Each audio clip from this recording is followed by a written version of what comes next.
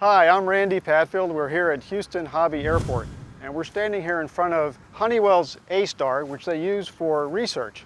And we're about to go fly to observe their new Observer 3 mission management system, which the company is showing in the United States for the first time here at Heli Expo.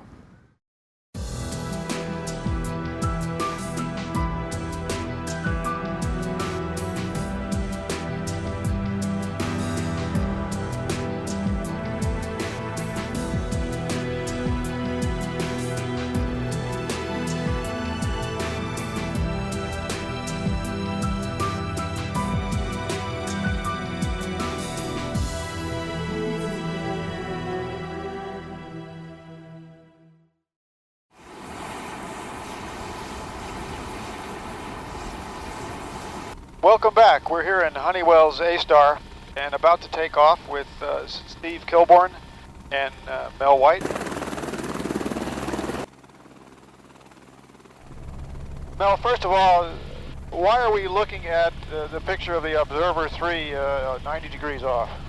Okay, the reason at the present time is that the original configuration when we were running the system with the earlier versions of code was configured for portrait mode, and the version 4 code which you're now seeing, which is brand new, is only in landscape at the present time, and for that reason you've got that in portrait mode, which is why it's 90 degrees off. Now, you were telling us before we took off that this system is extremely sophisticated, and when used with, in the police helicopters, it's able to take in information from many different sources. You want to elaborate on that a little bit? Yeah, the system at the moment you're seeing is basically a very straightforward map mode system. Right. However, what it can do is it can take in camera information from FLIR and Westcam systems, allow us to paint very accurately where the camera is actually pointed, and we can actually designate waypoints for the camera to go to simply by using the joystick, pointing at a particular area that we want to look at, and hit a function key, and that will drive the camera to that location. You have more than 250 actually in service in Europe right now, and this is the third iteration.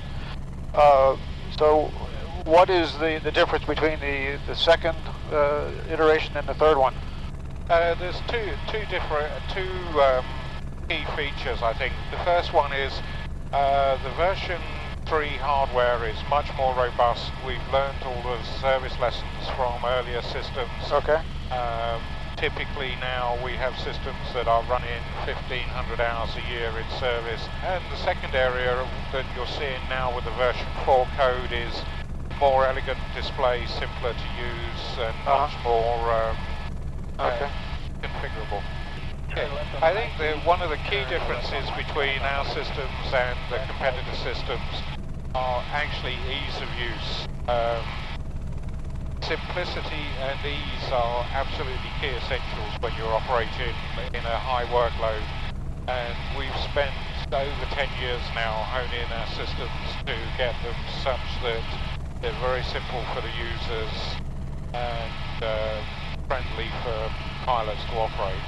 When you're in an area with a lot of towers, we have some options on what you can do to highlight some of that. If I change that to close terrain and say done, you'll see all of the towers are actually now really highlighted with about a 1 mile ring on them.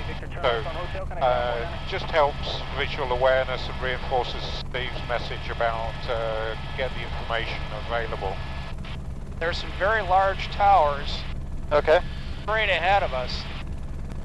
What is going to happen here is we're going to be focused on look at these 2,000 foot antennas. But what we're not seeing is what's between us and those towers. Obstacle. Warning, obstacle. So that's the obstacle.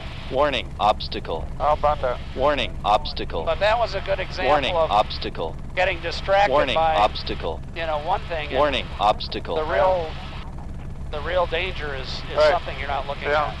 Well, Steve and Mel, thanks a lot for giving us the chance to see this Observer 3 mission system. Obviously there's a lot more capabilities to it, and hopefully we'll get a chance to see it in action in a police helicopter somewhere in the U.S. Very soon. I understand that you're meeting with some customers here in the Heli Expo, and good luck to you, and thanks again. Thank you very much for your time today.